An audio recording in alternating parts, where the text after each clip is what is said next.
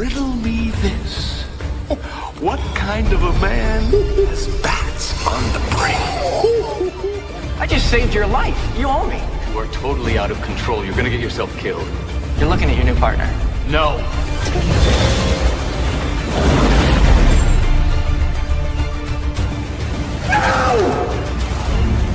Don't kill him. You can't understand. Your family wasn't killed by a maniac. Yes, they were. You gotta help me. And if you do find Harvey, and then you kill him, what next? The real game begins. Open sesame.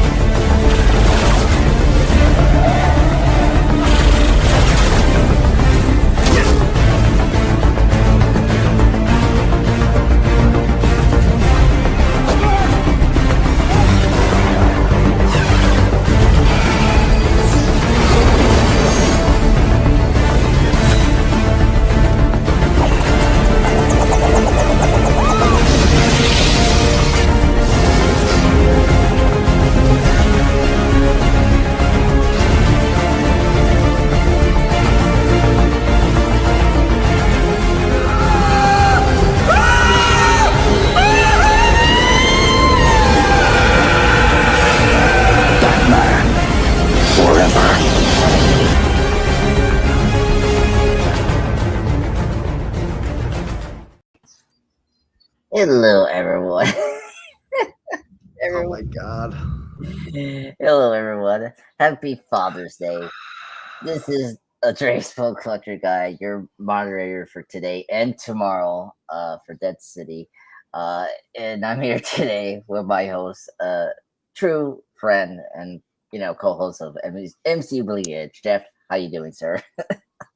People probably don't even know. They wouldn't know what you're even talking about with Dead City. Like, they don't know what we're doing tomorrow night. You know what I'm saying? Oh, yeah. You don't know what we're going to talk about tomorrow about Dead City. Yeah, I'm good, sir. Like I said, I don't know what to say about that trailer. It's the trailer makes the film look a lot better than it is. Yeah, I had to agree with you on that. You know what's funny? That's me editing this trailer to show you how the potential of this movie could be better if it was way more consistent. But yes. So obviously, if you guys doesn't know us, my Batman Riddler shirt from the Batman, and of course Jeff's Batman, we're doing Batman related movie review. Of course, this is on the 30th anniversary for Batman Forever. Course, released in 1995 of June tomorrow, actually June 16th, 30 years ago, which is kind of crazy. And of course, it was directed by the late Joel Schumacher, who unfortunately passed. Oh my god, a couple of years ago. I think some movies, just because they have anniversaries, it doesn't mean that they should be reviewed. You know what I mean? Hey, if I wrote this now, we're done. We don't have to do it anymore. So I think that's a very optimistic way to put it. Yeah, and I'm sorry because I didn't realize today. It was either this or Batman Begins, because Batman Begins came out today. Weirdly, because it also has this anniversary, but we're not gonna get into that. But didn't we do Batman Begins already? Yeah, Batman Begins was last year. We did it because we did the trilogy. Yeah, the Dark Knight trilogy. So it was not point to really do that again. Yeah, you can't review the same movie within 1 year. No. Yeah, that'd be like trying to re-review all the Marvel movies. You know what I mean? I just I don't know. I love Marvel and all that. I love the MCU, but I have no desire really to go back and revisit that whole time period over again. You know what I mean? And spend time on it. You know what I mean? I just don't really want to. No, I don't want to. I'll re-review like like a Disney Plus show or something like that, like for like for something to do, you know what I mean, like for content, purposes or whatever, right? There's some decent stuff that I would re-review, like Disney Plus wise, Marvel wise. It wasn't all bad from Phase 4, like I would redo Falcon Winter Soldier and Hawkeye, Miss Marvel, or would all be worth re-reviewing, Yeah. But I'd rather like if I was going to go back and review something that was older, I'd rather do like Daredevil.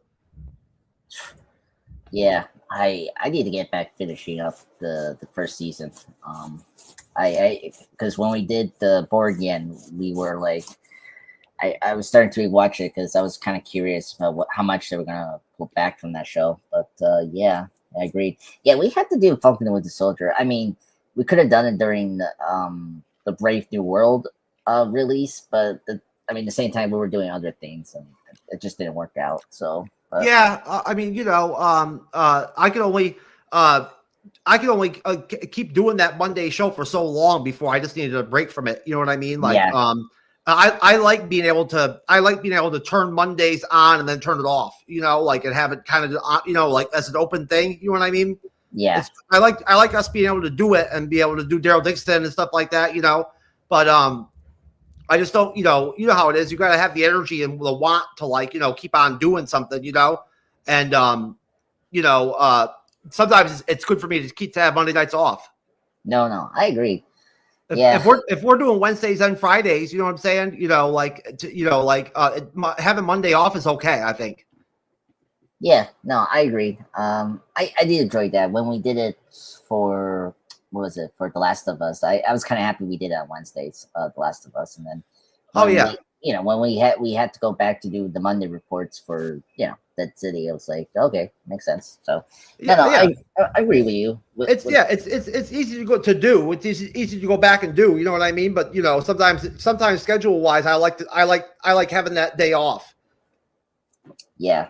No, I agree. No. Yeah, a lot of stuff we have to review. And hey, can you believe that? That somehow I magically got signed up for Paramount Plus through Prime, but when I contacted Amazon support about it, they have no knowledge of me ever purchasing a Paramount Plus subscription through Prime. Like I went and looked through my account. There's no transaction ever in my transaction history of me ever purchasing. Yeah. I don't buy add-on subscriptions on Amazon Prime. You know what I mean? Like I have no need for that. No. I have the Paramount Plus channel on YouTube TV. I can watch it whenever I want. You know what I mean? I don't need Paramount Plus. I canceled it a long time ago. Remember? Yeah. So what a shock! I go on there and look, and it's been activated this whole time. Apparently, it says I have and when I tried to contact Parliament Plus customer service, they kicked me out. They wouldn't help me, and then they just booted me from the chat. Wow. You got to talk to Amazon. I'm like, I did. Those customer service, they're so weird. Yeah. Sorry to hear that. Yeah, I'd like to know how much I'm paying. If I'm paying for that shit, I'd like to know. You know what I mean? Like, it might be expensive. Yeah, I mean, let me check for you for that. I don't know. They wouldn't tell me how much it costs, and I can't. Obviously, have no way to know because like there's no transactions coming out of Prime. Yeah, it's weird. They have no They have no history of me ever having a Paramount Plus subscription with them. What was it? Paramount Plus, right? We're talking about that. Okay. Paramount Plus with Showtime. With Showtime. Okay, so let me do that. I don't know if that's more expensive when you have the with Showtime or not. I mean, it should not. I think that's just what they call it now, isn't it? Yeah, Paramount Plus. I didn't know they had like stars, but yeah. Showtime. Yeah, that's what the package is called. It's called Paramount Plus with Showtime. That's weird. I thought they were owned by Sony, but okay. I don't think they're owned by Showtime. I'm just saying that they have Showtime on their platform. Yeah, I guess so. I'm just looking at it like apparently your Prime Video offers a bundle with this, and it say should be either $15 or something like that. Yeah, But you can bundle with anything, almost anything through Prime. yeah, yeah, that's weird. Hopefully you can fix it, but but We'll see. I tried and I got nowhere with it. yeah. But yes. After we're done with this review, we also have trailers to review. We got our official trailer for Alien Earth, so it'll be exciting to see that. And then I got a new one for Superman. We'll check that out because they had to take this on sale now, so that's kind of cool. Anyway, so Jeff, question. You were young than me. I was born the year after this movie was released. Did you see this in theaters? No. No, sir. okay. No, I've never seen a Batman movie before in theater, sir. Or I would have told you by now. You know what I'm saying? No, man.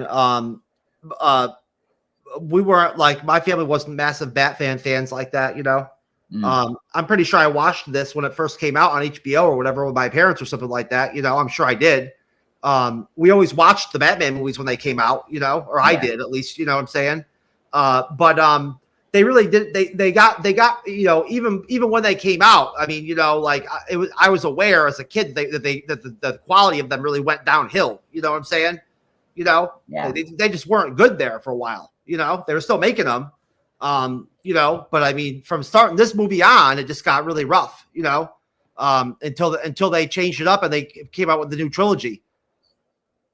Yeah, we'll discuss that. I know starting with this movie, this is where the franchise went downhill. I can acknowledge that, unfortunately, because I mean it was like it's 2 years, like 1997 is when Batman Robin came out, and like just completely annihilate the whole Batman franchise up to Batman Begins in 2005.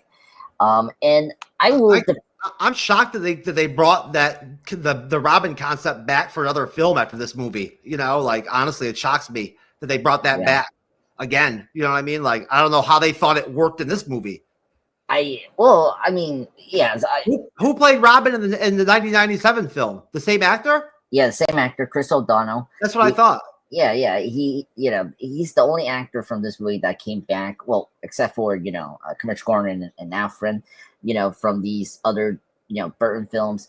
Yeah, because Val gets replaced by George Clooney in 1997, of course, because Val. By the way, RMP Val Kilmer, you're a great actor. And yeah, he was doing other movies, and he was a very troublemaker in this making of Batman Forever. As an actor, which it's nothing new. A lot of actors are tough to work with, and Val was not different. And because he was in the suit that was so heavy and so hot. Val wasn't a very good Batman. No, we'll discuss that. Like I mean, he was. I think so. I don't know if you agree on this, but he's not a good Batman, but he's a good Bruce Wayne. I thought he was a better Bruce Wayne than Michael Keaton was. I don't know. This is such a campy movie. Yeah. For 1995, you know what I mean? Like, it's so campy, it's so forced. A lot of it is so forced, this movie. I know. Like, nothing, like, just happens, like, naturally in this film. Everything is, like, really, like, forced, like. Yeah. No, I agree. No, it's really forced. It's just not as organic you kind of wish to be. And let me give you the background of like how this would be made, because believe me, I've watched all the YouTube videos on this history and all that. I've seen all of it. I know. Okay, yeah. I mean, for those who have done, I'll just do a rapid fire. Like, it's pretty knowledge. Like after Batman Returns released in 1992 of June of 19. It did well, but it didn't do as well as the first 89 film because of the more darker and just in general more Tim Burton kind of film that Batman Returns was. And so, because it upset the kids and upset all, the Happy Meals and all of that, so Warner Brothers did this course correction, like kind of like what the DCEU was. Like they had this, what's the word? Reactionary of what happened. So they they kind of did what they did with the Whedon cut, the Justice League Whedon cut, where they completely changed the whole franchise. And so they brought in a new director, Joel Schumacher, who was a very prolific director. He did Lost Boys, he did Falling Down, great film, Falling Down, and what's the other one? Flatlines, as well. He was a good director. I think he was, I read you 3 pretty dark, like psychological horror movies. And those, like, he seemed like the fit for Batman, but the studio wanted a much more kid-friendly Batman film, and that's what we got here. A kid-friendly movie that sells toys. Like, literally the opening when Batman, comes up from the suit armor and to the Batmobile, you get Alfred saying, what was the word? Do you want to take a sandwich with you, sir? And then he say, I'll get drive-through. And that's like such a under the nose of Happy Meals, meta commentary, so and stuff like that. So that's what happened with this franchise, and they push it even harder in Batman Robin, sir. Like, at least this movie is trying to be like a movie, at least, because Batman Robin is a toy commercial, and it's so many ice puns. Like, I cannot talk about Batman Robin. It's really awful, and I get this movie it's not. It doesn't age well, fortunately, but it's at least more of a movie. But I guess I don't want you to be. I'm not gonna watch Batman Robin. It's so awful. It's like, at least this movie went fast to watch. Batman Robin is like a slog. It's like a snail. It's so slow as a movie. Is like I had a rough time getting through this one, man. I'll be honest with you. Oh, yeah? I did. It was tough. I had to close my eyes and just lay down at times. You know what I mean? Really? Yeah, because you just tune out. You know how you tune out sometimes. That's true. Yeah, fortunately, I was in my computer watching this. I'm not like a big massive Batman fan that to where I have any reason to have a love for any of these films. You know what I mean? Like you do. I don't have that. Oh, cool. Yeah. Yeah. I mean, so just personally for me, I love the Dark Knight trilogy. I can take and leave it with these, what you call it, 90s Batman films. They're not really Batman films. There's so many, they feel more like villain Batman. I enjoyed reviewing the first two of them. Well, I didn't mind doing them. To be honest with you, but yeah. But I like I didn't mind doing the Tim Burton ones. But other than that, those were different movies. Yeah, of course, Tim Burton. Tim Burton is a way more better director, and those movies were much more I don't know what you call it, dark, and they were what Batman should be, and so. Yeah, so it was a shame that we couldn't get another third Bat movie with Tim Burton.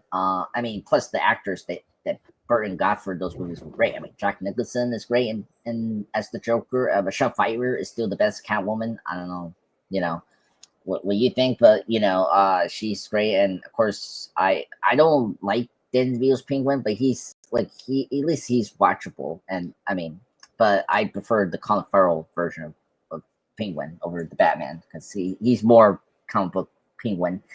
But yeah, this movie is really rough. But I will say it's a much if you didn't like the Tim Burton movies, this movie is much better because at least it's focused on Batman, at least, and it's a much more action movie, which will be kind of debate, because I don't know, it's a good action movie, but it's there's some decent action stuff, but it's not like John Wick style. Yeah, so but we'll get into that. Anything else before we do the recap? No. Let's just get through the recap because, like I said, this isn't the kind of movie where I have a lot of superlative, stuff to talk about. You know what I mean? Yeah, and I will stop and do some trivia. Especially Robin because his character, they were trying to get him in the movies since '89, but they could never do it, and this was the movie they were able to do it for obvious reasons. But anyway, all right, so so you saw the trailer, of course. Towards the end where they say forever, we get this really. I mean, I gotta say, you have to admit this was a cool opening. So we got the Warner Brothers logo, and like it turns into the bat logo, which was cool. I gotta say that was a cool way to open your movie. And then we get the names of the actors and the Oh yeah, on my 4K TV, that whole opening credits looked really cool. Yeah, but yeah unfortunately, when from there, when the live action movie starts, and all that, it just kind of it's a little shaky. No. After the cool logo, right? I mean, we got the Batman suiting up, which it's cool. Everyone. I mean, every superhero suits up sometimes in these movies, and so it's cool to see Batman suiting up. We see the new stuff. The new Batmobile. It's clearly a reboot. I mean, this is like the first time Batman is kind of like rebooting. Nothing from the Tim Burton movies, from the this is not the same Batman '89 car or anything like that. This is all new stuff, and so we get our first look of Val Kilmer's Batman suit and all that. Look good, and then of course famously I just brought up before the awful line of like the drive-through, clearly just selling the Happy Meals and all that. Then he leaves to the Batcave. We hear this new music from Elliot Gunthal, a great composer. He did the Demolition Man score and the Alien 3 score, very good scores in the films. And then here we meet up our first villain. We got two villains in this movie, just like Batman Returns. So our first villain here is Two-Face, aka District Attorney, formerly District Attorney Harvey Dent, played by Tommy Lee Jones. And this is where I'm pretty much with everyone here from the Batman fan community and Jeff. Tommy Lee Jones as Two-Face is the worst Two-Face ever. Like, I mean, we've seen The Dark Knight. Like, Aaron Eckhart was a good Two-Face, but oh my God, Tommy Lee Jones is the worst Two-Face. I mean, when he, when he starts talking, he's just the Joker, basically. Just the Joker as Two-Face, and his performance here is really bad. It's really awful. So we see him. He has a hostage, of course, in the bank, and he flips to like either or not he will survive. That's typical Two-Face. And he got, I guess what he got, tails, I guess. And so the guard is alive, but he's using him as bait to trap Batman. So we do that. So after that hostage situation that Two-Face has, we also meet up the new love interest for Batman in this movie. So and this is where it's interesting. So before, if Keaton continue on, we could have both love interests of this new one and Cillian Kyle back if Michael Keaton came back. Catwoman was supposed to come back in the third Batman movie before these changes happen. And I say Dr. Chase Maria is played by Nicole Kidman.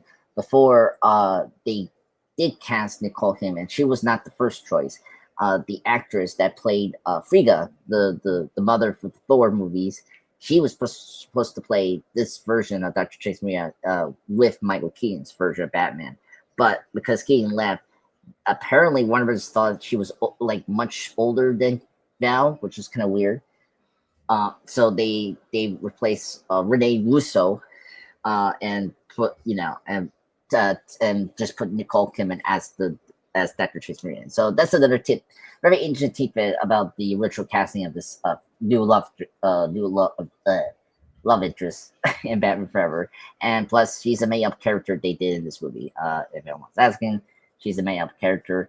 I see her, and way she has the hots for Batman. Yeah, like clearly she has the hots for Batman. She's like just starstruck on the Cape Crusader, and she's like, oh my God, you're so hot, Batman. So we her, and that's neat that. And then after that we get the what do you call it, the wrecking ball crashing into the bank, and then obviously he sees the elevator all going up, which is Batman, and so Two-Face get his henchmen start shooting at the elevator doors, and then there, Batman jumps into action and pretty much, takes down all the Two-Face henchmen.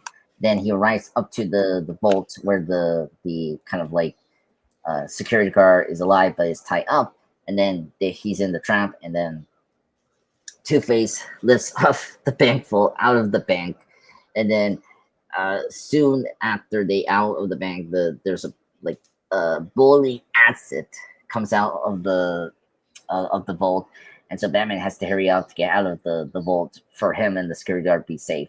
And then he does it. He successfully chains off the vault and like this very cartoony way put the bank vault back to the bank, and then the guard is safe.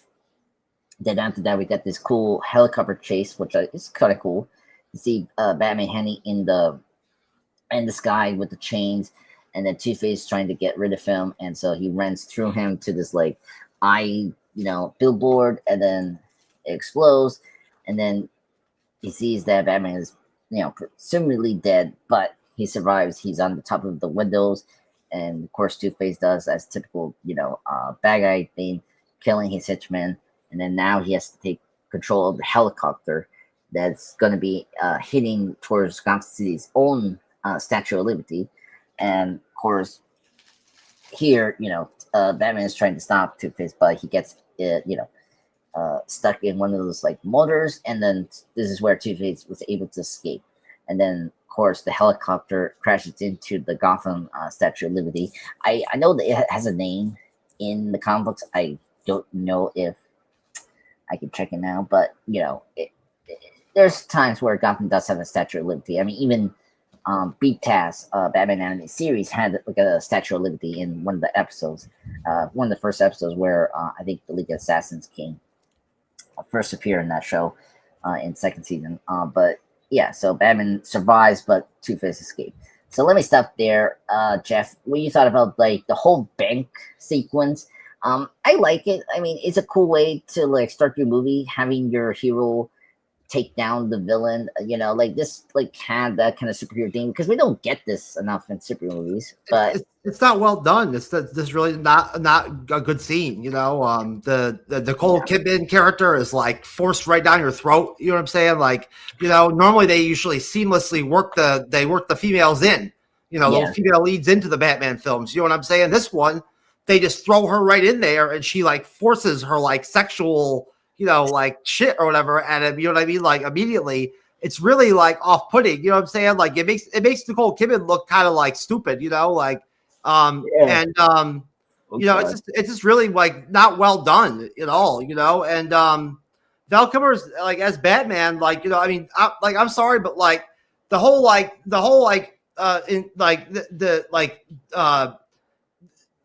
push in this movie to suspend big heavy objects by chains and shit in this movie is stupid, man. The whole thing with that vault as a trap and all that shit with the acid was so dumb, and then for Batman's cable to be strong enough to be able to swing it back into the fucking hole or whatever, come on now, Batman's cables aren't that strong, you know what I mean? They're built for a person or two, you know what I mean? Not a vault, you know what I'm saying? So that made no sense, And then Tommy Lee Jones, at least he's trying to do something with Two-Face. He's trying to do something with it, Okay. He's the prosthetic that they have for him is not good. It does not look good, and it does not look real. It looks it looks like some alien shit. And that's about it, man. I mean, it's not the whole dangling from the helicopter thing, and then Batman somehow manages to survive the fucking billboard building or the screen or whatever, and then he's on the helicopter now. Come on now. I mean, okay. I agree with the wire of his ropes. Okay, that's true. But he has a cape that could be indestructible. Maybe, I will defend that. His cape's not indestructible in this movie. That's true. I mean, to be honest, I don't They don't really do a lot in this movie to show his gear or anything like that, or his suit really, they don't do any of that, No. We'll see more of that in the Dark Knight trilogy, and the Ben Affleck's Batman, and of course Robert Pattinson's Batman. Yeah, no, there's obviously reasons because they didn't have the technology for like these Batman suits to be like movable. Famously, Keaton couldn't move his neck, and still, Bell cannot move his neck here with the back cowl. Where like the newer actors like Bell and even Affleck and Pattinson, they can move their necks now because of the new technology to make these costumes. Yeah, I agree with that. And Chase, I mean, yeah, Chase is like so incompetent as a love interest. Like she doesn't do her job. Like she's there to supposed to help the comps to like, I don't know, like that's the thing that's weird watching this. Is like she's a criminal psychologist. Everyone doesn't know she's a criminal psychology.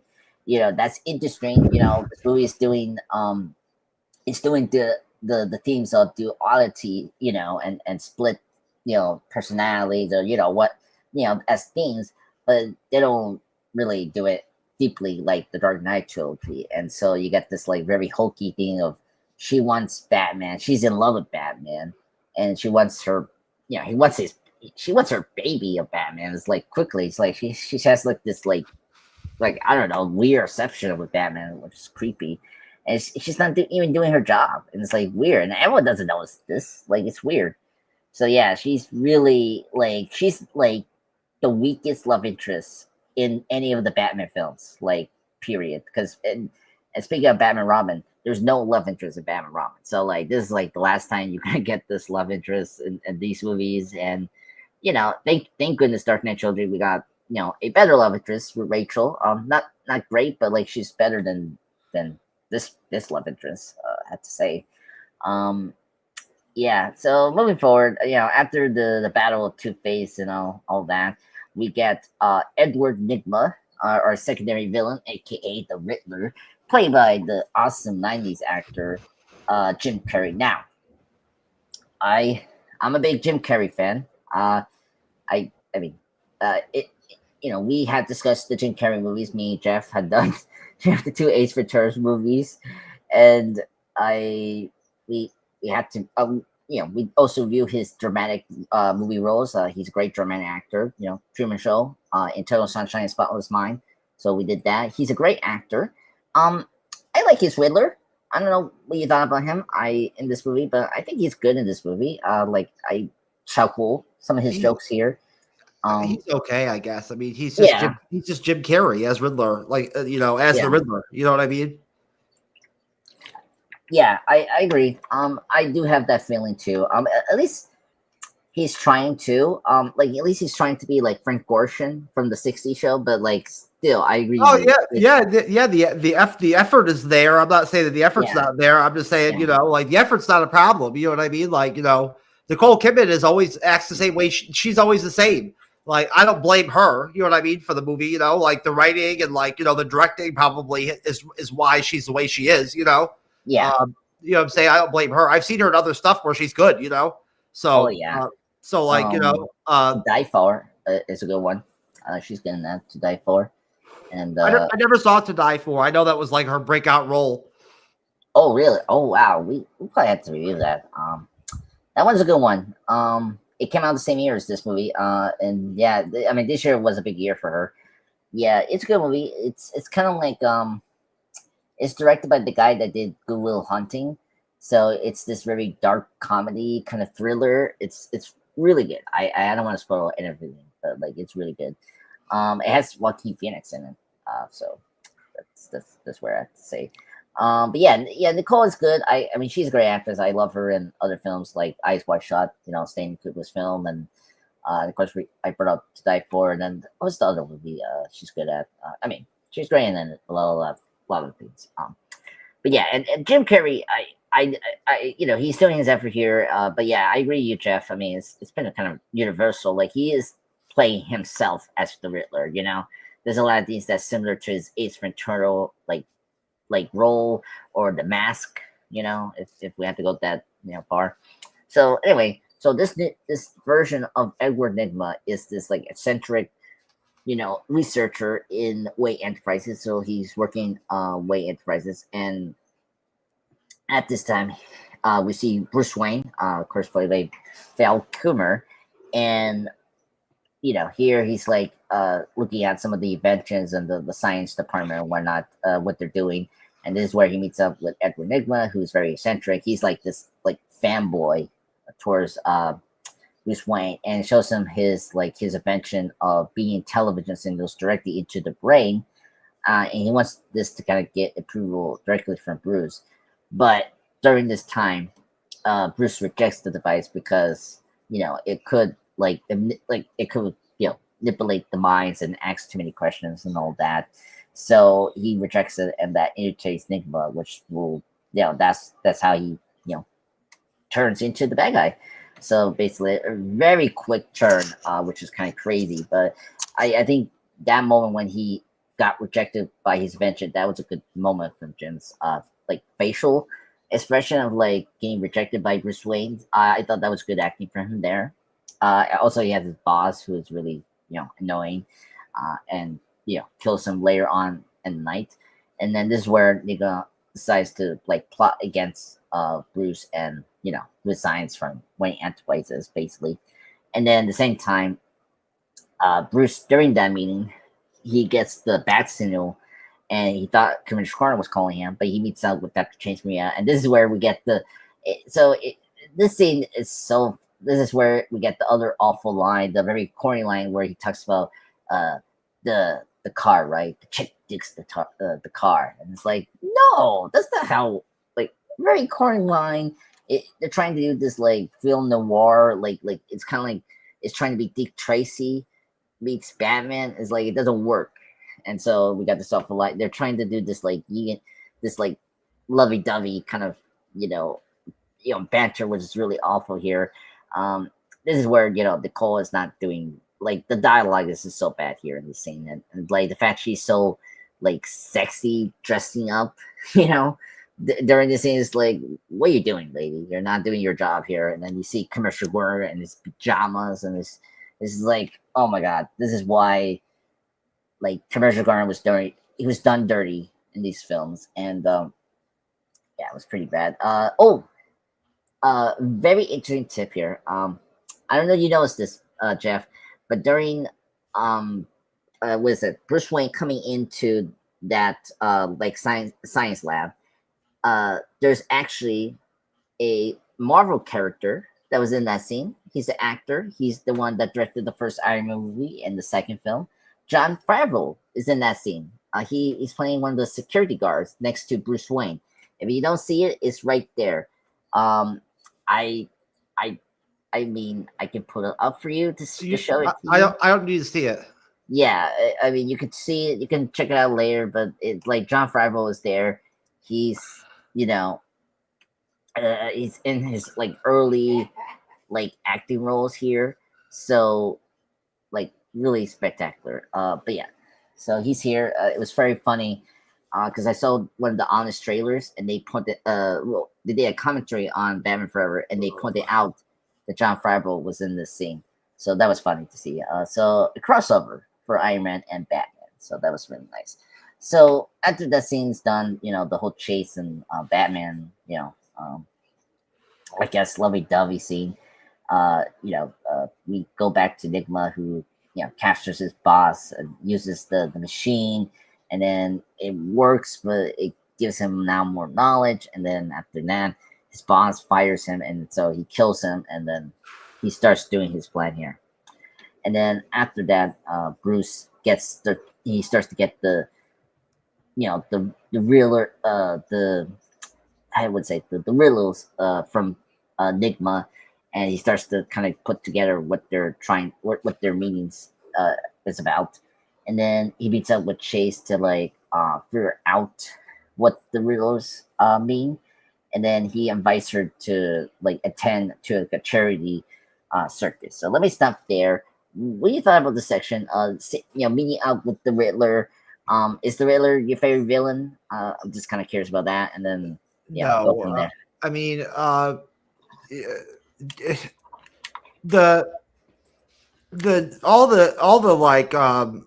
all the tech and like the pre-internet, like TV screens and stuff like that, and all that kind of like look that they tried to give him in the movie.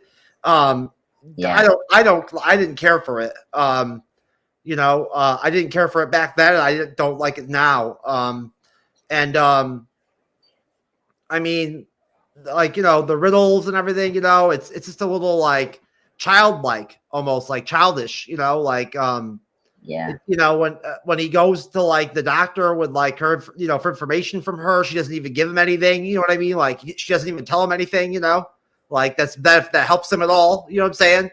It just leads to them going on a date, or whatever. You know what I'm saying? Like it's like, again, it's like really forced. I don't know, like the whole thing with the device, Nigma's device. Like sucking people's brains out of their intelligence or whatever and transferring it to him. Like, come on, man. You know what I'm saying? Like, where the fuck did they come up with that shit? Like, I don't know. It's so weird. That's fucking bizarre, man. Yeah, it's like a bad job. Like, so he gets smarter. Like, okay, that's what they're telling me. I don't know. I don't know, man. I'm not buying it. Yeah, I don't buy it either. I mean, it's just it's funny. Who gives a fuck if he's smarter? You know what I'm saying? Like, how do you defeat Batman better? Like, because you're smarter. Yeah, it's like a really bad James Bond plot. Like, what do you like? You could you're better at making plans now or something. Like, you know what I mean? Like, because you're smart. Yeah, better plan. And is that how it works? Like, is that how it translates? and or maybe be a better businessman than Bruce Wayne. I don't know.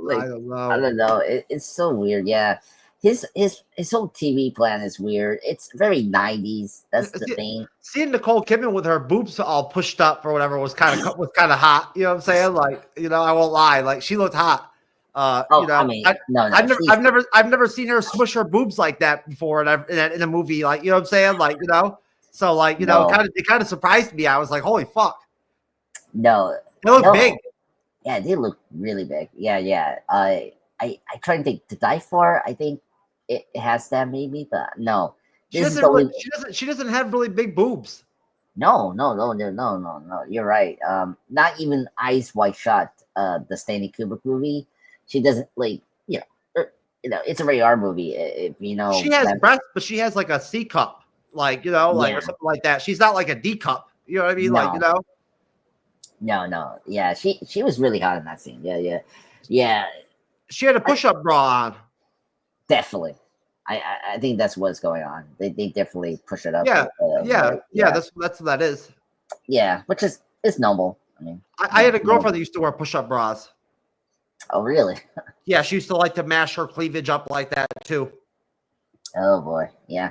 Hey, you only do that to seduce your man and stuff like that.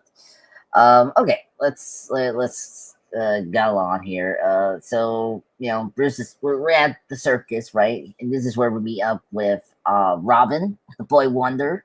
So played by Chris O'Donnell, of course. Famously, he's in NCIS Los Angeles. A big NCIS fan. Everyone knows he's from like other movies. Apparently, he's from Fried Green Tomatoes, really, and School Ties, another like teen drama. But famously, he was in Son of a Woman, the amateur movie that got his Oscar finally, which was kind of ridiculous. But yeah, so so he's our Robin. The list of actors that were like potential, like if they didn't get Chris O'Donnell, like some of the famous actors that were offered for Robin was like Leo, Ewan McGregor, Jude Law, Alec Cumming, who played Nightcrawler, Matt Damon, like a bunch of these actors. Mark Wahlberg was like in the mind of playing Robin, and famously, I don't know, you heard this crazy story, because before he was the lead in Batman Returns, Robin was supposed to be in Batman Returns. They cast you know, right? What's his name? The comedian I like, Marlon Wayans. Apparently he was cast, but because there were too many characters, they cut out Robin. in the final draft from Batman Returns, and he still receives his checks from this role that he didn't play in live action. So it's funny to hear that. So yeah, I mean, Warner Brothers were trying to get Robin in the movies, the first two Burton movies, but famously Burton didn't like Robin. I mean, they were doing the Batman being dark and being lonely, so like they didn't want to do the Robin because it didn't make sense to the dark Batman. So when this movie happened, it made a lot of sense because they were trying to do the more kid friendly thing, and so that's how we got Robin here. So any more characters now, you get this Robin, and I mean, so far, I mean, I don't consider Blake from Dark Knight Rises as Robin. That's so weird what they did there. This is the only Robin we got so far in terms of live action, besides the Titans. That's a TV thing, but yeah. I think Chris Donald did a good job as Robin. I like the way he's too old to play Robin. Yes, we'll get into that. He's too old. There's nothing to get into. It's that simple. He's too old. Yeah, it's too old. I mean, he was too old. Yeah, he was too old. I don't know how they could adapt Robin. I mean, it could have been weird for like to cast a 14. I mean, I don't know. It's a very tough casting to cast a like a comic book accurate Robin. Yeah, very very difficult to cast that role. Yeah, that's why I'm happy they're doing Damian Wayne, because at least then he's an assassin. He's been trained as an assassin. Yeah. You can disbelieve that in that version. But yeah, you can do like some hit girl, type shit. You know what I'm saying? But we do it with a young boy. Yeah, exactly. And so I think what they did here was okay, not great. But I will say, I watched this movie a couple of times. I did appreciate this. If you are a big Batman fan like me, I like that Two-Face is the one that killed his family. Famously in the comic books, just give Batman history 101 here for you folks and for Jeff. In the comic books, Two-Face have this he's the Joker for Robin.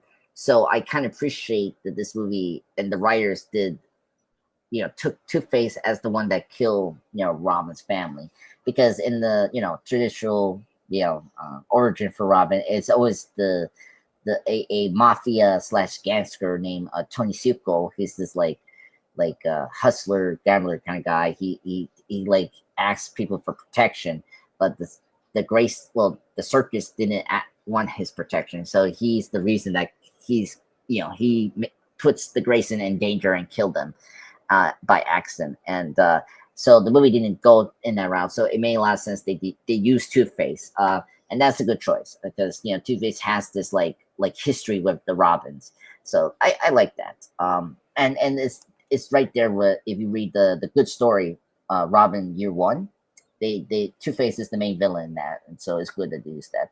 So we see here, the family Graysons, Dick here doing their, the show. It's very entertaining, and you see Bruce very admired with Chase, and he asks her to do rock climbing, but again, Chase is like in love with Batman, and she's okay with Bruce, for now.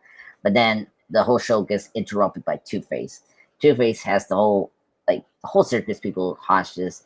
He has a bomb that will go off in 2 minutes, but Bruce intervenes and tries to stop the Two-Face henchmen, and as well the flying Graysons intervene and try to stop this exhalation. So Dick goes up and tried to take away the bomb away from the circus, and then unfortunately Two-Face does kill the family in process. Very shocking scene. I think this scene is really good. At least the drama is working. Towards the end, seeing the family virtually pass and Robin seeing it is very dramatic. But I agree with you, Jeff. To the next scene, we get Robin be escorted by Commissioner Gordon, and so he gets adopted by Bruce Wayne, which is very weird. I mean, look, in the comic books, he was a kid, so he can't adopt him, but he's what, a 20-year-old guy or whatever. 25 years old, yeah, Yeah, easily. 25 years old, and he's adopting him. I'm like, no, he's an adult. Like he can go by himself. Like so it's a weird thing. It's like it's not like Bucky, from Captain America, like where you can make him be adult and like because he becomes the Winter Soldier. So I don't know what they could have done, but yeah. So this was really bad and very funny. Yeah, whatever. Um I mean, anything else to add on that age gap? I mean, No, I it's- mean, it's just like it's just weird. It's just, that whole scene is weird, man. Like that whole setup is weird. Like again, he's got the bomb on the chain or whatever. Like, 2 minutes, and you got to tell me who Batman is. Like, but everybody just starts screaming, so nobody can hear anything anyway. You know what I'm saying? Like, it makes no sense, man. You know what I'm saying? Like, it's fucking stupid, bro. I know. And then what is it? Bruce Wayne, like this say Goes out there and just starts fighting motherfuckers and everything, like without the Batman suit on, Yeah. Yeah. And it's like, come on, Two-Face. You know that when he starts fighting, that is it's obvious he's Batman. So yeah. That scene was and why does he care about Batman's secret identity all of a sudden anyway? I don't know. I think Two-Face is being desperate. Like he doesn't like Batman. He's been interfering his whole evil plan. I don't know what. Like I mean, yeah. Of all people, I would expect Two-Face to just know who Batman is anyway. You know what I'm saying? Like That's true. That's true. Yeah, I mean, like he's a former fan. Well, yeah, I mean they could have done he's a friend of Bruce Wayne because Batman series just happened. So like. They didn't really do anything with Two-Face's like character or introduction or anything like that at all. They just went right to Two-Face.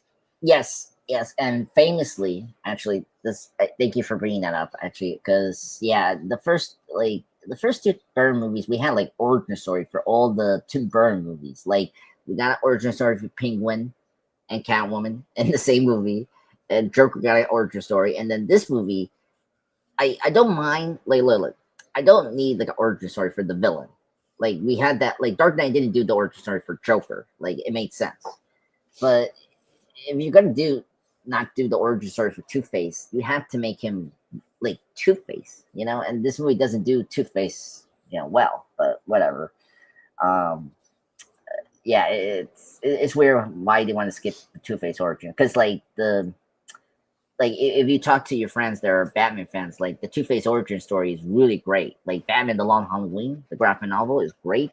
It does a great job of telling the Two-Face story. I don't Two-Face in the Dark Knight is okay, but at least they did a good job of telling his origin story. In that, and it was better, than this movie. And they did do like a meaty, like I don't know if you remember this, but like when Bruce gets the call for the accident in the Wayne Enterprises, he watches his TV where they recap his origin story, like before he becomes Two-Face, and like obviously Sal Mallory, the other gangster, covers his ass, and you see Batman in the court in costume, which is weird. So they kind of did show it, but in such a lazy way. In filmmaking, but anyway, so Batman. By the way, during the scene of the adoption, apparently, he tricks Robin into staying because he has a bunch of bikes.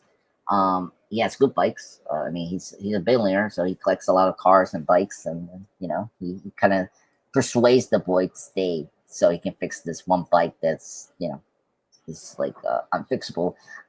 We got a cool like reference from Metropolis. So another, cool line from, this is like the first instance of hearing like another city that people know, like Metropolis.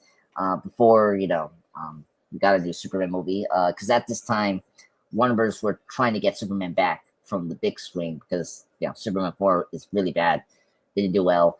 This is before the whole Tim Burton Superman Lives project became a thing. But anyway, so cool to hear the Metropolis line. They will do it again in Batman Robin, where Batman says that this is why Superman works alone, which was a weird line. Doesn't make sense, and it was just there. I think to like tease Superman's return to the big screen in the '90s, which didn't happen. Yeah. Anyway, let me get track here. Oh yeah. So after his conversation with Robin, he goes back to his like library. He starts having like visions of his origin story.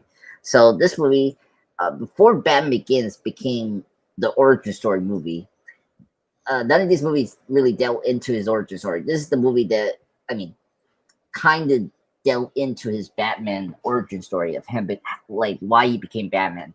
And so we like that's I'll get into it. There is like a long story that they had in this movie called the if you hear the Schumacher cut, there's a long cut where there was like a storyline of Bruce learning why he became Batman and all that, like the whole Red Book thing. It was there to like, when you see the Red Book, it makes more sense, and why he goes back to the cave and sees the big bat to learn, okay, that he needs to be Batman still, which get cut out completely from this version of the movie because it just ran too long, and also because the studio wanted it to be kid friendly, they cut that out because it was too dark. By the way, there was a much darker opening here. I don't know if you've seen the stuff here, but there was much darker opening for the movie, and they kind of changed it. So that's why what we got here is what we got, because they didn't want this to be like a much more darker movie, because they wanted it to be much more kid friendly than Batman Returns. But I will show more of that later on. But anyway, so moving on. So after that, he has these flashes and he talks to Afrin about it, and then he sees the bat signal and he tells Afrin he'll be back, and stuff like that. He talks to Chris O'Donnell's Robin, and he sees the helmet and sees Robin. I didn't mind how we get the Robin name here. It was a good way how to do it. I mean, his dad sees that he flew like a robin. That makes sense. Okay. Then after that, we get this another like action scene of Batman versus Two-Face. This is like a car chase scene, as you see in the trailer from the beginning of this live stream. And this is where we get the other bad scene here, where just like the 60s show, if you remember the 60s show, he walks up to the walls. So instead of that, we get the Batmobile right up to the walls, and we get that, and then explosions behind it.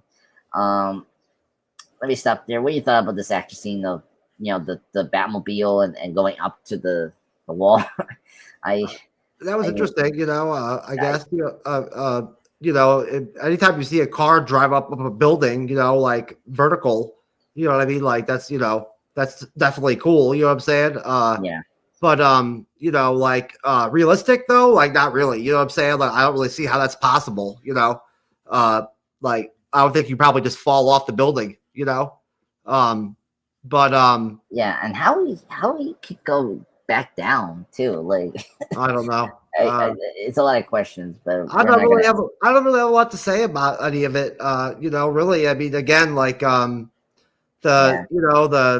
the Two-Face chase scene is not really all that interesting, really, and the whole like the introduction with Robin kind of like becoming a part of the movie is kind of just whatever, you know what I mean? Like it's not anything great,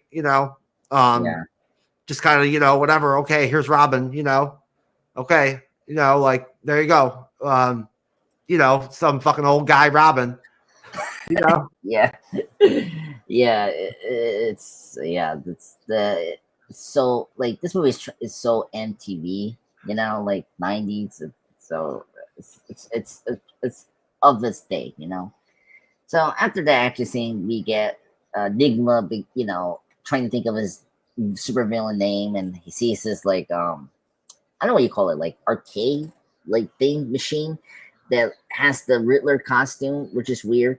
So so he sees it and this thing's making noises, and like he goes to the Riddler, like question mark, and then he realized, okay, this is my persona now. And then he meets up with Two Face with no explanation how he found Two Face in his lair. Meet up with uh Two Face lair. He has his two henchwomen, classic 60 thing where there's always like a henchwoman next to the villain. I didn't realize Drew Barrymore is one of the henchwoman. She plays what's the character, Sugar, like the more good assistant, because the halves. And then Debbie Massar from Goodfellas, it plays Spice, Two Face, more like bad assistant, goth. And so we got these two henchwomen, very played by famous 90s actors. I mean, this is before Scream became a thing, before her famous killed how you say it, opening in Scream. So, and then they're treating Two Face, offering like dinner or whatever, and then he's so upset because of Batman, not dying and all that, and all his like evil plans against him. We get the Riddler coming in. He is like trying to like team up with Two Face, and to do it, he say, "I will help you if you help me become the next, capital businessman in Gotham City with the box he has created to like suck in Gotham's brainwaves. In exchange, he will help him find out who is Batman." So that's the whole deal with this partnership. Very typical, like it's okay partnership, whatever. So, Two Face agrees if the coin lands like tails, he'll keep him alive which they do. So they commit a series of robberies to finance, Enigma's new company to produce the brainwave device, dubbed the Box, and where he like steals information from the minds of the Gotham City people, including a dog, apparently, like a bulldog. Is also like, if you've seen the montage of the Box, you see a dog being controlled by the Box here, and so which transfers into Enigma, and apparently, as we were talking about, Jeff, apparently increases intelligence, but it slowly causing him to lose a grip on reality, which I don't really believe that. We don't spend time on that, so that's what happened, and. Let me stop there. Any thoughts on that? Like the whole Two Face Riddler partnership? I mean, it's okay. I mean, yeah, it's all right, I guess. I mean, I don't know. It makes sense. I mean, I don't know. These, I mean, I don't. Villains teaming up is kind of like makes sense. Yeah, I guess. I mean, the MCU hasn't done like a villain team up, like not much. Like Iron Man 2 is like they have a villain team up there, and then Black Panther, the first one, has like a villain team up with Claw and Killmonger. But yeah, these bad movies, they're always a villain team up, and some of them is successful, and some they're not. But anyway, so after that, during this time, we see some montages with Robin. Like we're seeing like he's a really good fighter apparently. So we see the famous him doing the ninja laundry sequence, and we see him like asking Afrin why this other door is locked, which is obviously is the entrance to the Batcave. So the next scene after this, we get the Dick doing his like gymnastics skills, really good gymnastics skills. And then he gets into the Batcave, but he like falls down badly in the Batcave, and then Afrin sees him, and he waves. And then after that, we get to the next scene where Chase and Bruce have their date, and he kind of explains about his suppressed memories of his parents' death. And again, so this movie has such a bad like tonal like difficulty. Like you got these very more serious scenes about suppressed memories and and split personalities, right?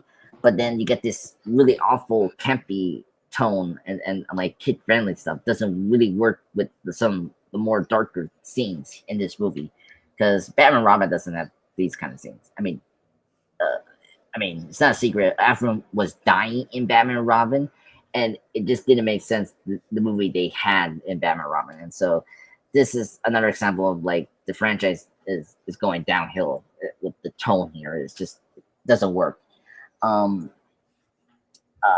Anyway, let's see. After that, they were supposed to kiss, Chase and Bruce, after, Bruce asked her why she's obsessed with Batman. And of course, she explains, oh, I think him is fascinating, why a man like him does, what he does, but then he gets interrupted with Alfred telling him that he took the Batmobile, which was very funny. Like, it took 2 times for Alfred to tell him he took the other car, and he name drops these like red cards. And then we see like Robin doing like a joyride in the Batmobile, and here we get this like MTV colorful sequence. The ladies that were coming out to the Batmobile, they were like famous singers from the 90s. I don't know what they are, so just I know they were cameos, so I don't know who they are, so they're there. When they say he's not Batman, he's Batboy. And then we get this gang that's like harassing this girl in the streets, and they take down the leader and a couple of the goons, and they're Neon, by the way, they're Neon Gang. And so Neon Gang leader whistles, gets a bunch of men, attacking Dick, but then Batman's there, and so he arrives on time to like save Dick, and Dick starts to like, release his anger at Batman for not saving his family. And then we go back to Batcave, and like he explains that he wants to be part of this, and because he wants to take down Two-Face. Bruce tells him that he doesn't want it, like, you have a choice to not do this, and I don't want you to be this part of the Batman like life.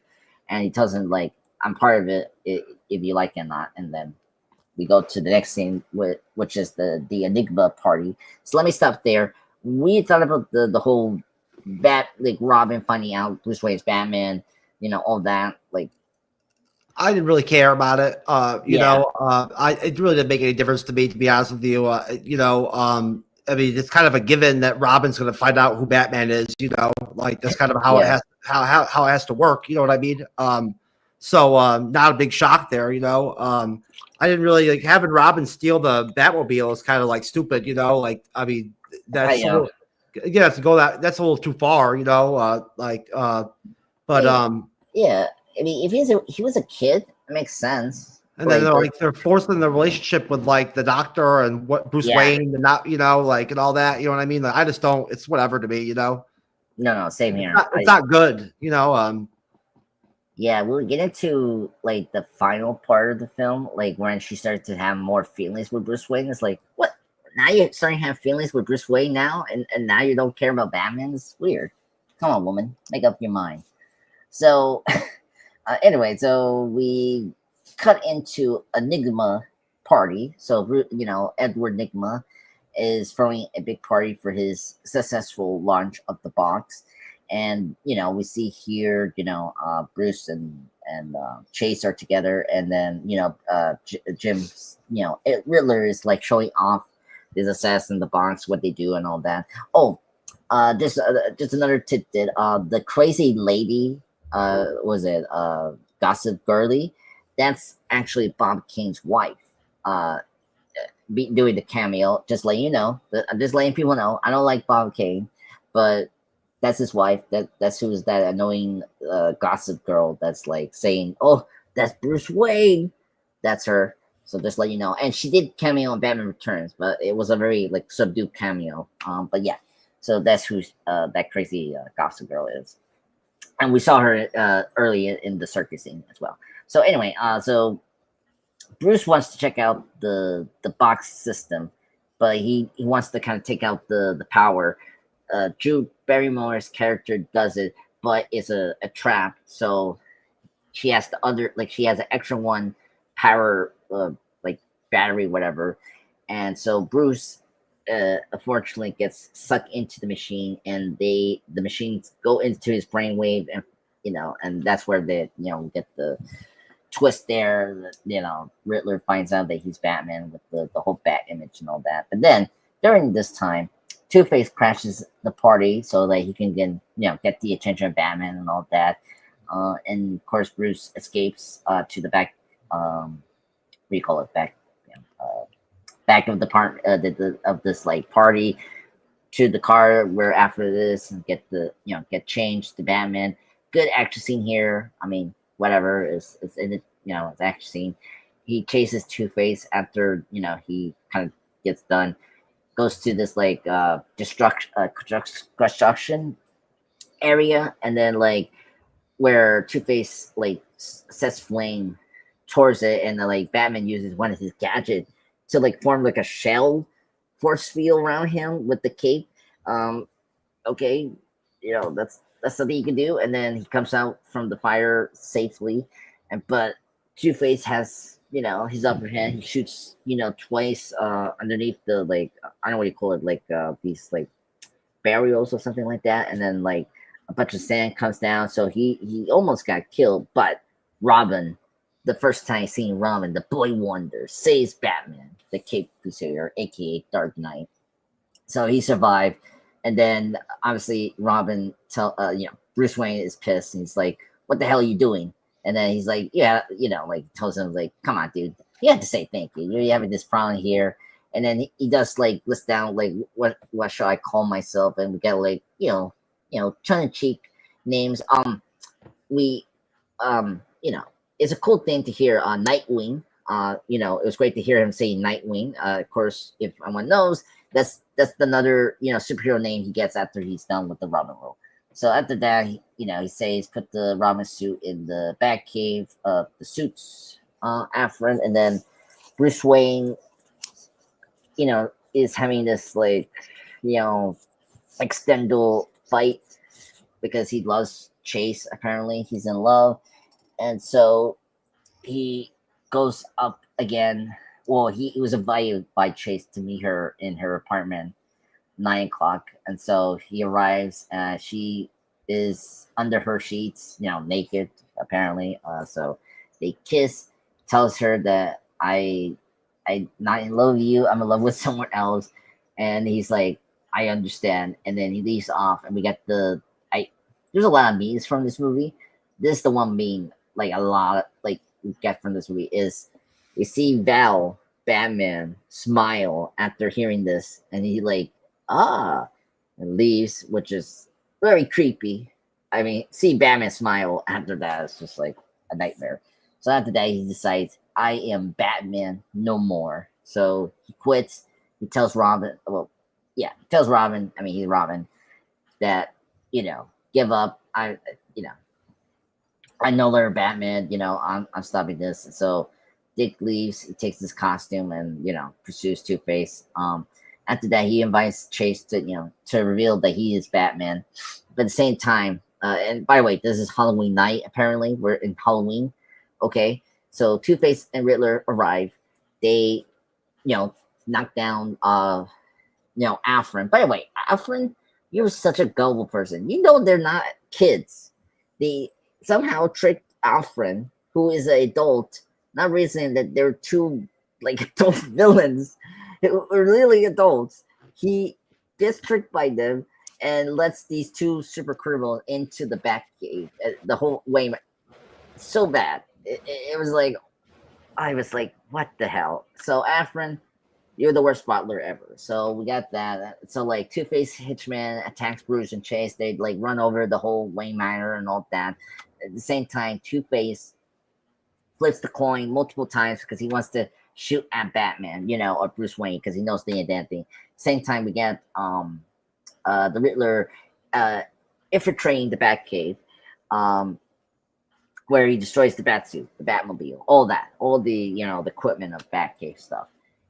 And we get the other famous awful line, Joygasm, that's right, very 90s corny joke. And and then Two-Face got his, Two-Face lands the coins, like, yeah, I can shoot Batman, bam. He almost killed Batman, but he knocks him out. They capture Dr. Chase Maria. By the way, she's also sexy. She's wearing pantyhose. Just want to let people know. So she's very sexy at this moment with the dress. So Two-Face laughs, giggles, he wants to kill him, but then Riddler stops him. He's like, he's not gonna learn of it, and so they leave. They capture, the love interest, and then he wakes up. Alfred tells him what happened. The cave is destroyed. Dick is run away, and Chase is captured by the villains. Then we cut back to the villains. We cut back to the Riddler, walking down with a suit, with light up, and then he tells Chase that he's counting on Batman coming, and then he sends his Riddler signal above the bat signal, and it's turned all green. By the way, this whole end of the movie is going to be all green. All right, so just remind people this is the Riddler movie now, all green, whatever. So yeah, so let me stop there, Jeff. I'm pushing through here. What you thought about the whole like Halloween thing, the Batman, the Batcave destroyed? Two-Face. I don't know. I mean, they destroyed the Batcave and everything. Like that's fucking crazy. I guess. I mean, Two-Face, Jim Carrey together are very powerful. I guess. I don't know. I don't know. The Jim Carrey's best Riddler was that end sequence is like his best Riddler. That's pretty much it. Yeah. No, I agree. It's really good, that ending part when he lost his mind. Yeah, so we're almost there. But yeah, so after what was it? The Riddler Center, right? Bruce Wayne talks to Afrin, like decode all the Riddlers, that he has from the Riddler, and then it's so simple. It's like, it's just like. He's like revealing his identity to Bruce Wayne, that it's him, Edward Nygma. That's all it is about. And that's so stupid and like doesn't make sense. And I mean, yeah, so like he figures out that it's Edward Nygma. And it's like, no shit.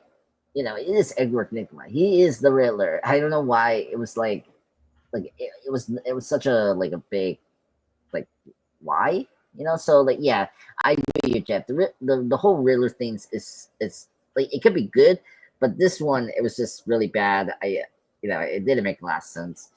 So Bruce goes back to the Batcave to Afrin, and we get despite the suits are destroyed, Afrin mentions that there was a experimental suit, the Sonar suit, that he was developing, but he didn't test it out. So we get another bat suit up. By the way, when I say Sonar suit, it is the Sonar suit. Before the Dark Knight did this, we get the Sonar suit here. Again, toyetic commercialism as its finest. So we get to sell toys. Guess what? Batman's the Sonar suit. And then, but at the same time, we get new stuff. We got a new bat boat and a new bat plane or bat wing, whatever you want to call that. The bat plane. And then at the same time, Robin comes down with his suit, and he declares that he is Robin.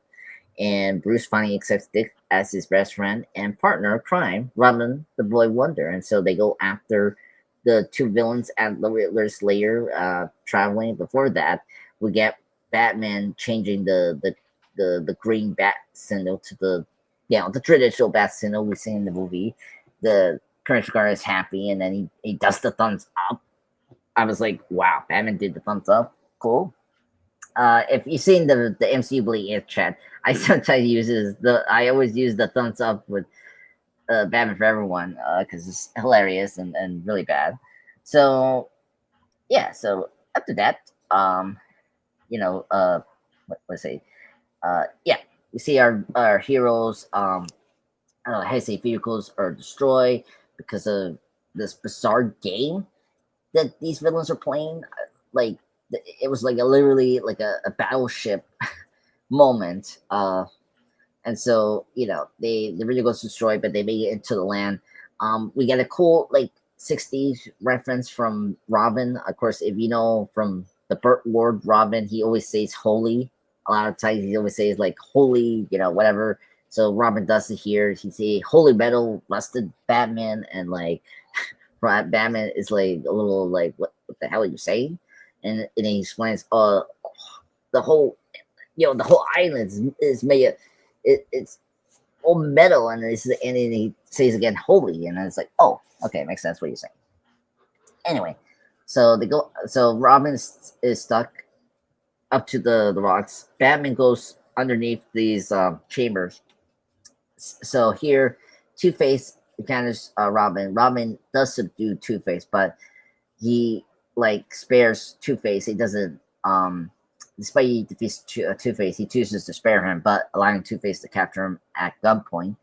And then Batman's how you say it, stops a death trap underneath by using these like rocket boots. And so he comes up, and then there he sees the Riddler, and here he reveals his final Riddler. Chase and Robin are representing the two sides of Batman's personality, and trapped in two tubes above a deadly trap that he has. And so he only has time to save one. That's the whole stick of this. Very 60s trap and all that. And then Batman distracts the Riddler with a Riddler himself before destroying the Riddler's brainwave receiver with a batarang. And this is actually not a cool thing. I mean, before the Dark Knight did this, like it predates this. Like we see his eyes, not white eyes, but like we see his eyes turn into something else. So that was kind of, cool to see, I guess. But it doesn't make sense. I don't know why he needed like a sonar suit to like hit the thing that will destroy the whole thing and all that. So it was so weird. But anyway, so he destroys the brainwave receiver, damaging the Riddler's mind, and enabling Batman to rescue both his love interest and his partner in crime when he sees the floor is a optical illusion. So he has time to save them, whatever. And so Two-Face, after saving Robin, he gets chased, but then Two-Face corners them and flips his coin to decide their fate. But Batman throws a handful of identical coins in the air, causing Two-Face to fall his death. So great job, Batman. All this time, you're telling Robin, you cannot kill. Killing is not good, but you killed Two-Face for the kid? Wow. I guess so. Let me wrap this up, So, after that, he meets up with Riddler, who's messed up, and he's completely lost his mind. And then Batman tells him that he's both Bruce Wayne and Batman. He chose to be both. And so he goes close to Riddler, and then he gets this image of the Bat image, and then first time, let me say, this is weird. You think this could be good for Tim Burton, but no, this is our first time seeing Arkham Asylum in live action in Batman Forever. That's why. So this is our first live action depiction of Arkham Asylum in these movies, and Riddler is committed. He gets one of the doctors called Dr. Burton. Cool nod to Tim Burton. He's played by a Star Trek alum actor. I don't know who he is. Actually, I can really pull him out here because he's a big one. But there's something. Yes, cannot say his name. It's a long one. Anyway. So, calls Chase about how Enigma knows Batman, but he is claiming that he is Batman. So he has completely delusional and due to his scrambled memories. So Bruce resumed his crusade as Robin with Robin as his partner. We get the cool, homage from the 60s show where they run towards the screen. Here they're running towards the screen with the bat signal back lying them, which is cool. Actually, the ending here, running towards the screen, is cool. I like that. That's a good way to end the Batman movie. So and that's how we end Batman Forever. Any thoughts in the finale, sir? Oh no, sir. I don't really have anything else to say. To be honest with you, I mean, I'm glad that we're done. We're done talking about it, and that's a positive. I don't really have much to say about the movie. Again, not one of my favorites. Tough to watch at times. I will not be watching it again anytime soon. Yes. Damn it. Oh. Sorry. Yes. Same here. Well, no. I'll ratings. Let me just wrap this up. Ratings. I'll give this movie a 6 out of 10. I think it's good. I mean, it's entertaining, but it's not a good movie. Just to remind people, it aged poorly. I mean, it's already. I'll give it like a 4. Yeah, no, that's good. Very fair rating. So yeah, this give me a minute, Jeff. Let me do something here. Well, yeah, not let me torture you anymore with this. So let's do wrap up. Let's do like trailer reactions with these trailers I have here. I have Alien Earth, the official trailer here, and then I got this new Superman thing here, where we see more footage of the movie, and you can theorize what they have here. But yeah, thank you, sir, for joining me for Batman Forever. I mean, at least this is better than Dead City. At least we get like another hour or like another day until we have to review it tomorrow night. I don't mind doing Dead City. Oh really? All right. I don't mind it either, but it's just like let's hope this what's this episode? Episode 6, whatever. It's good, but whatever. All right. So let me do the Alien Earth thing, and then we'll discuss it. 10, 9, 8, 7, 6, 5, 4, 3, 2, 1. How's our girl? She's ready.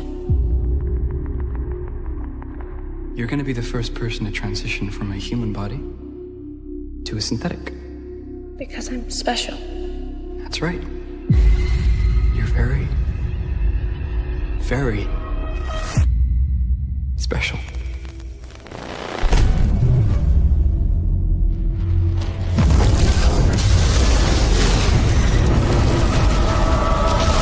We have a downed spacecraft. I want what's on that ship. We can do it. We're fast. We're strong. We don't break.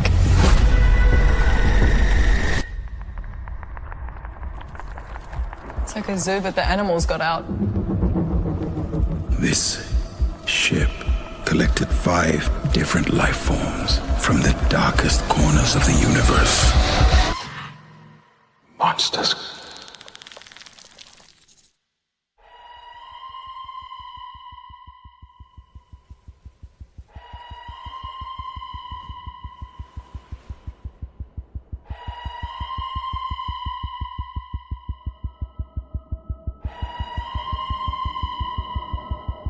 Invasive species. Predatory. We don't lock them down, it will be too late.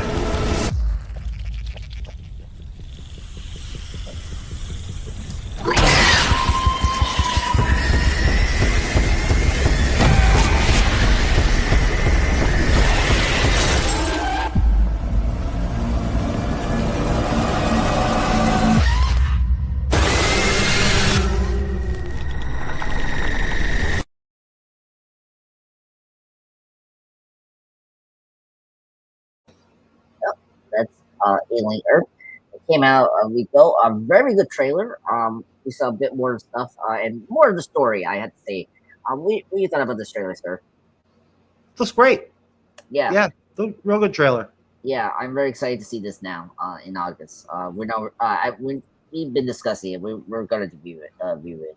Yeah, it looks really good. Looks a lot. They put there's a lot more there now. To work with. Yeah. So the whole deal with the using the human being to make the synthetic is crazy. I can't wait to see to see how they do that in the show. Yeah, I agree.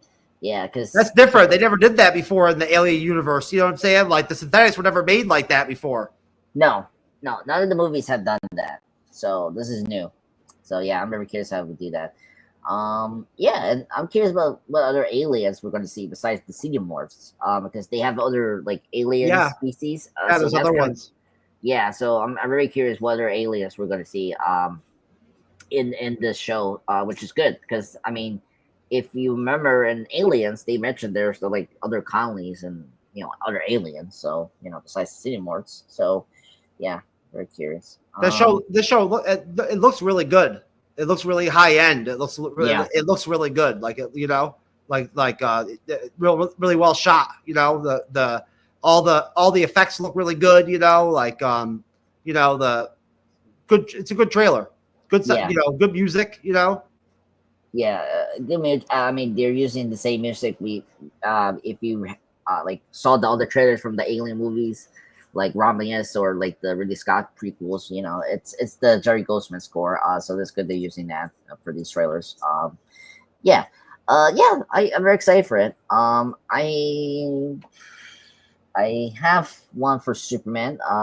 There's some new footage what they have here. I heard about that.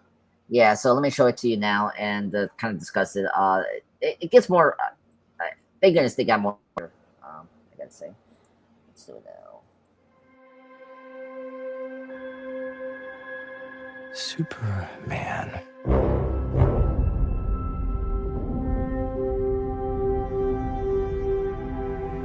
The most powerful being on planet Earth. We finally meet.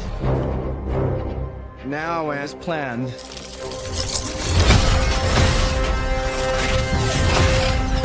I'll destroy you. And of course, that reporter you always do interviews with. Who raised you as a child? I'll kill them too.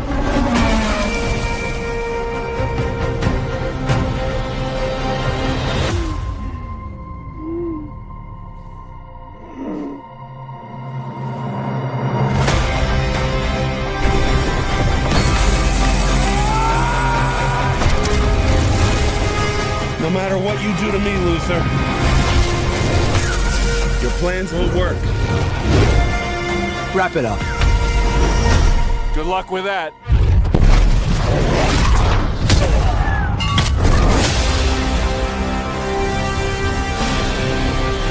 Make a move, Big Blue.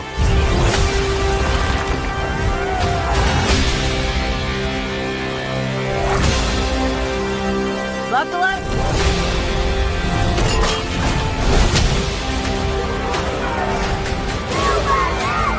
They chose him. Let them die.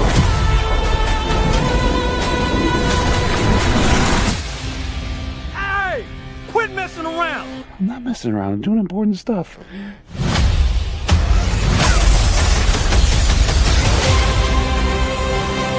Hey, buddy. Eyes up here.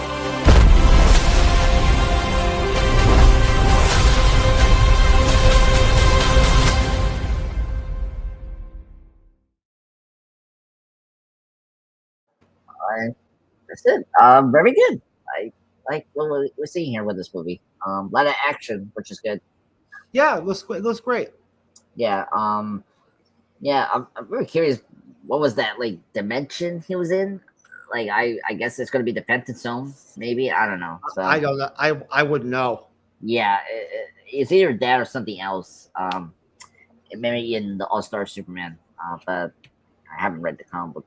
So yeah, it's very good. Yeah, I'm very excited. I mean, it's almost gonna be July. If you think about it, like in 2-3 weeks or something like that. I mean, it's the second week of July after Jurassic Park, another new Jurassic Park, whatever. And so yeah, we'll be almost there. It's crazy. Yeah, and Fantastic Four too. Yeah, that's right. Yeah, so it's crazy. So yeah, so thanks Jeff for coming. I'm sorry. Oh, no doubt. No doubt, sir. I always enjoyed seeing the trailers, you know what I'm saying? That's always enjoyable, you know. Good, always good to see new trailers. I'd seen that Aliens trailer already, you know. But I didn't see it as well as I saw it like this. Like, you know, like I actually could actually focus on it, you know. I watched it on my phone, you know what I'm saying? And I hadn't seen the Superman trailer, so that was good. I enjoyed seeing that, you know. You know, and we're gonna cover that Dairy show now, you know, that you showed me, you know what I mean? So we're gonna do that, you know. So, you know, that's the first time that we've done a show based off of a trailer that you showed me, you know what I'm saying? So that's good. Yeah, it's always good to check out these things. I thought that trailer was good, and I thought to show it to you. And Oh yeah, most definitely. Yeah, it's you know, I like Stevie King. I think it's a good show. I mean, plus it's HBO, so you know. Yeah, you really can't go wrong with HBO. No. Yeah, and thank goodness we you know, I shouldn't tell you this, but yeah, you know, like Batman Forever was in HBO Max, and so it was easy to find that. So yeah, it was. Yeah. So yeah, if anyone knows, thank you for everyone. Tomorrow we're back again to do Dead City. Episode 7. Episode 7. I guess thank goodness. One more episode, and then we'll wrap up. So we have we have our returning guest from what is it? The Dead podcast, the Screaming Dead podcast. Squawking Dead. Squawking Dead. Came a couple weeks ago. They're coming back, so that's good. So we got more people to talk about the Dead City episode 7. And Friday we got Endor episode 7. Unfortunately I'm probably not gonna make 9. it there. 9? Yeah. Yeah, 9. Yeah. Episode 9. Sorry. Last episode. Yeah. Episode 9. So I'm not gonna be there. I'll talk to Jeff about that. And yeah, so that's where we're at. Thank you, Jeff. And I hope you guys enjoyed Batman Forever live stream. Our next one is gonna be Unforgiven, a better movie, Western film. We were supposed to do that in MCU Amped, but I decided to let's do it over here and discuss that. And so that'll be good for in 2 weeks. So all right, sir. Yeah. Have a good night, everyone. We'll see you guys tomorrow.